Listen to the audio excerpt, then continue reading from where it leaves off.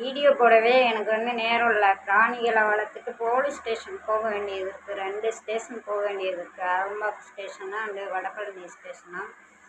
இந்த போலீஸ்காரங்களுக்கெல்லாம் மரியாதை இல்லை. அதாவது ஒரு ஆட்டோக்காரன் தவறு பண்ணால் ஒட்டுமொத்த ஆட்டோக்காரனையும் பொதுமக்கள் தப்பான கோணத்தில் பார்க்குற மாதிரி 1, 2 போலீஸ் பிரச்சனைக்குரிய தீர்வை கொடுக்க தெரியுது. மோஸ்ட்லி நம்ம தமிழ்நாட்டு போலீஸ்காரங்களுக்கு தெரிய மாட்டேங்குது. என்னன்னா ஃபுல்லாக நிறையா போலீஸ்க்கு உமன் போலீஸாக இருக்கட்டும், ஆண் போலீஸாக இருக்கட்டும், சிங்கம் படத்தில் வர சூர்யா மாதிரி நினப்பு. ஃபுல்லாக பிரியாணி தின்ட்டு நல்லா ஃபிட்டாக ட்ரெஸ்ஸை போட்டு இப்படி இருந்தால் பெரிய நல்லா அதெல்லாம் சாட்டை துரைமுருகன் பேசின மாதிரி நான் பேசி விட்ருவேன். பேசக்கூடாது பப்ளிக்கில். அவர் பேசினது நான் கேட்டேன், நானும் யோசித்தேன். யாருன்னா இந்த அஜித்குமார் திருட்டு பட்டம் கட்டினவளை ஆபாசமான வார்த்தையில் பேசினது. நானும் அதை யோசித்தேன்.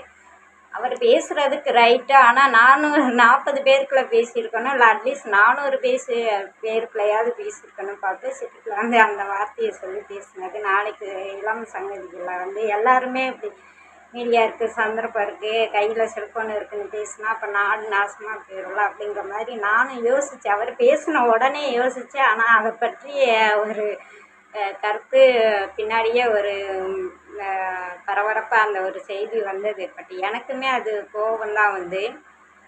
இன்ன வரைக்கும் கைது பண்ணலை. இது வரைக்கும் கைது பண்ணலை அவளை. அந்த பொம்பளைய இன்னும் வரைக்கும் கைது பண்ணலை. இதுக்கெல்லாம் விஜய் அரசியலுக்கு தான் நொட்டுவாரா? ஏன் இருக்கும்போதே அத்தனை இது இருக்குல்ல, ரசிகர்கள் இருக்காங்கல்ல. ஜல்லிக்கட்டு போராட்டம் மாதிரி பின்னாடி நில்லுங்க, அரசாங்கம் வாங்கி கொடுக்கலன்னா நம்ம வாங்கி கொடுப்போம் தண்டனைன்ட்டு நிற்க வேண்டியதானே? என் பின்னாடி இத்தனை ரசிகர்கள் இருக்கீங்கள, அவ்வளோ கூட்டம் இருக்குல்ல. அரசு கொடுக்கலன்னா நம்ம அநியாயமாக கொண்டிருக்காங்க. அந்த பொம்பளை திருட்டு பட்டம் கட்டி போலீஸ்காரங்க கொண்டிருக்கான். அதெல்லாம் ஏன் அரசியலுக்கு வந்தால் தான் அவர் நொட்டு வராமல் தண்டனை வாங்கி கொடுப்பாராமா? இருக்கும்போதே தண்டனை வாங்கி கொடு. இவ்வளோ ரசிகர் இருக்காங்கள, நான் முன்னாடி நிற்கிறேன், ரசிகர்களுக்கெல்லாம் பின்னாடி நில்லுங்க. ஆணவ படுகொலை எத்தனை நடக்குது, இன்னும் நடக்குது. அரசியலுக்கு மட்டும் வரீங்களே நடிகர்கள். இந்த மாதிரி அநியாயம் நடக்கும்போது அரசாங்கம் தண்டனை வாங்கி கொடுக்கலன்னா இது மாதிரி உங்கள் பின்னாடி இருக்கிற ஆளுகளுக்கு அரசியலுக்கு மட்டும் வந்தால் ரசிகர்கள் ஓட்டு போடுவாங்கன்னு வரீங்கள்ல. அப்போ இது மாதிரி அரசாங்கம் இந்த மாதிரி தண்டனை கொடுக்கல அப்படின்னா ஏன் இந்த ரசிகர்களை வச்சு நீங்கள் தண்டனை வாங்கி கொடுக்குறது?